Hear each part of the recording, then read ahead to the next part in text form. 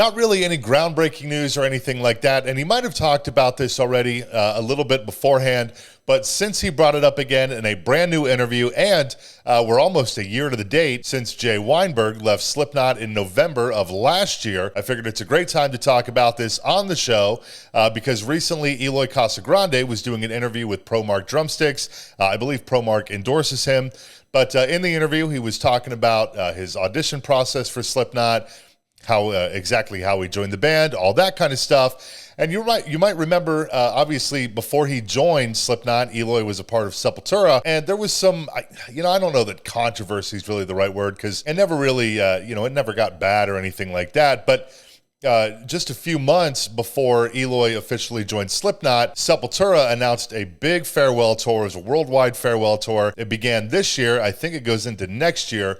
Massive, massive tour. Obviously, he did not stick around to even begin that tour as he ended up joining Slipknot before the Sepultura farewell tour started. So I don't think Sepultura was too happy about that. But when he left, he got replaced in Sepultura by Grayson Recruitment. And I just, I always find it so funny because Jay Weinberg gets replaced in Slipknot by Eloy, and then Eloy gets replaced in Sepultura by Grayson Recruitment, who left Suicidal Tendencies to join Sepultura, and then to replace Grayson in Suicidal Tendencies, they hired Jay Weinberg. So nice little drum triangle there. I don't know, it always cracks me up, just how that whole thing played out. But anyways, back to what we're talking about now. Here's what Eloy said to ProMark. I just got a call from the manager. He asked me if I was interested in doing an audition for the band. So I came here to the US. I spent 10 days with the band. We were just jamming so we could check if there was some kind of chemistry between us. We spent like 4 or 5 days just recording new stuff. I think they wanted to check if I was able to compose some drum parts and to check if I was also able to record drums in the studio, because that's a whole different universe. So that was a very complete audition. And after those same days,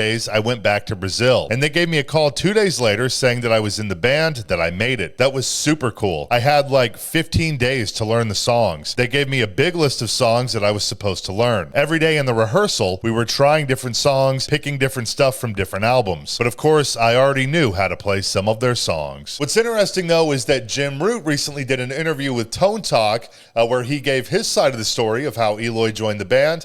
And it's a little bit different than Eloy's because Jim says that, for one, they didn't try anyone else out. Eloy was the only one, which I don't remember if that was, if they've said that before, but it sounded familiar. But anyways, aside from that, Jim says that Eloy was actually the one who contacted them initially and started sending in videos and things like that.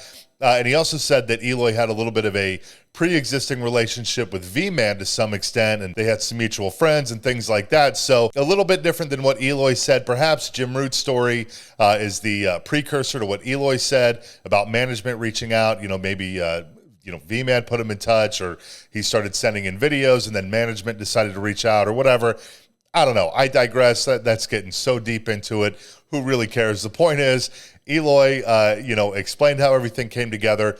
Cool story to hear. I always love things like that. So very, very interesting. But otherwise, with Slipknot, they are currently closing out a big, big year. They're out in Latin America right now doing another leg of their 25th anniversary Here Comes the Pain tour. And then they'll be heading over to the UK and Europe in December to close out the year for yet another leg of anniversary touring. So, I'm super bummed that I didn't get a chance to see them.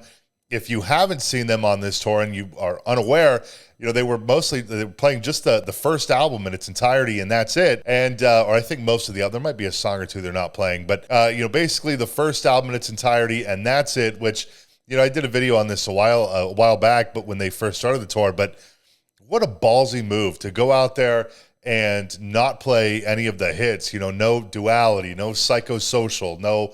Whatever, no new stuff at all. Anything in the last, from We Are Not Your Kind and The End So Far and all that. So, whether you're a fan of that approach or not, it was also a little bit of a shorter set. I think it barely clocked in over an hour, but very, very cool, very, very ballsy move, and props to them for doing that. But I'm definitely bummed I missed out on that. But hopefully they'll be back around next year. But anyways, that's all I got for you for right now. Thanks so much for hanging out. Feel free to drop a like and subscribe below if you feel like it, and I will see you next time.